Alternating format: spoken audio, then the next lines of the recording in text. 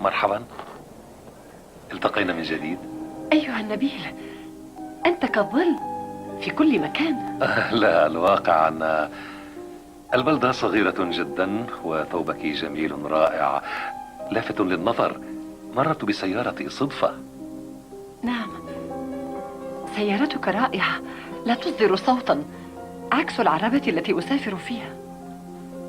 أنا أذهب بنزهة؟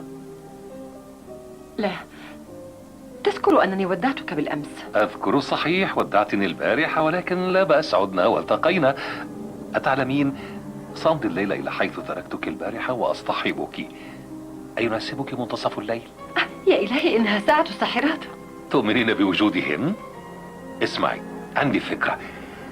أظن منتصف الليل مبكرا. بلى إنه مبكر، سأمر عند الواحدة. يناسبك الموعد؟ أعرف أين يقع جبلك، إن شئت أصله مشيا. لا ضرورة لتتعب قدميك. سأمر عند الواحدة، سأنتظرك عند التقاطع. ها؟ ولم تريدني أن أرافقك؟ أفصح عن نواياك. اطمئني اطمئني، الواقع كل ما أبتغيه أن أعرف المزيد عن حياتك لا أكثر.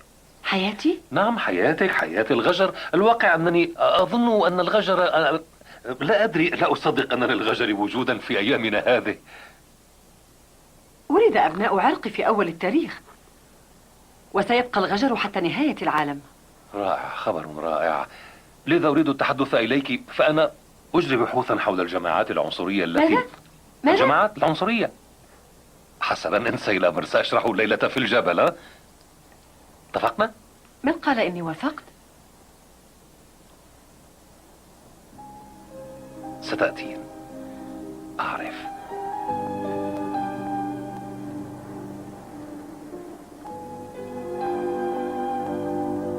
أيها النبيل، انصرف من هنا، انصرف أرجوك. اهدئي اهدئي، لما خفت هكذا فجأة؟ ماذا حصل؟